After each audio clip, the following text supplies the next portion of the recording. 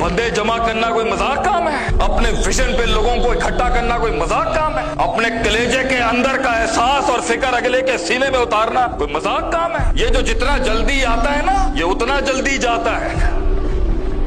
इधर तो वफादार नहीं मिलता सरकार, तुसी कहते हो मैं ऑर्गेनाइजेशन बनावांगा। एक बाप अपने ऊपर टनों जिम्मेदारियों का बोझ रख के अपनी इज्जत नफ्स मजरूह करता है तो एक खानदान बनता है, लेकिन एक लीडर मरता है तो कई घर चलते हैं। इधर तो वफादार नहीं मिलता सरकार, तुसी कहते हो मैं ऑर्गेनाइजेशन बनावांगा। नबी ने 13 साल मक्के में लगाए हैं, 300 पीपल। और एक हदीस के अल्फाज है, ये कलेजे पे ना बम फोड़ दे आदमी के। बुखारी की हदीस है, वन नबीयु माउ रजुल व रजुलन। सारी जिंदगी दुनिया का हाईएस्ट इंटेलेक्ट एक नबी होता है। The highest intellect, the highest spirituality, the अहसनुल खल्की, द अजमलुल खल्की, द अशरफुल खल्की, द आरफुल खल्की एंड द आजमुल खल्की एंड द अनवरुल खल्की एंड द अरफाउल खल्की is the prophet of the nation. और एक कौम का नबी सारी जिंदगी अपनी महारत को अप्लाई करता रहा, 2 लोगों ने भी इसकी कॉल का जवाब नहीं दिया। उसका अगला जुमला कलेजे के टुकड़े कर देने चाहिए इसको। वन नबीयु लैसा माअहु अहद। एक नबी ऐसे भी गुजरे माजी में, कौम के एक बंदे ने रिस्पॉन्ड नहीं किया उनको।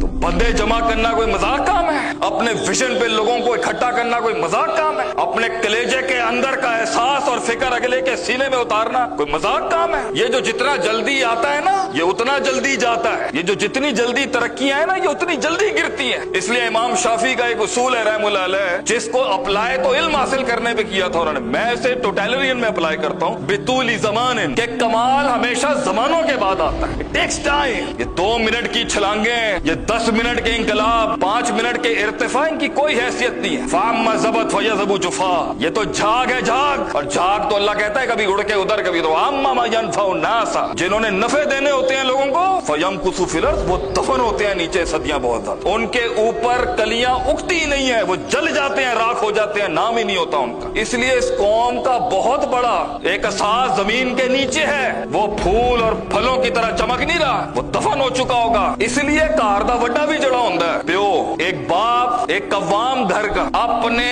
ऊपर टनों जिम्मेदारियों का बोझ रख के अपनी इज्जत नफ्स मजरूह करता है तो एक खानदान बनता है। शरीका संभालने का काम मियाँ बीवी दोनों का होता है, लेकिन एक लीडर मरता है तो कई घर चलते हैं।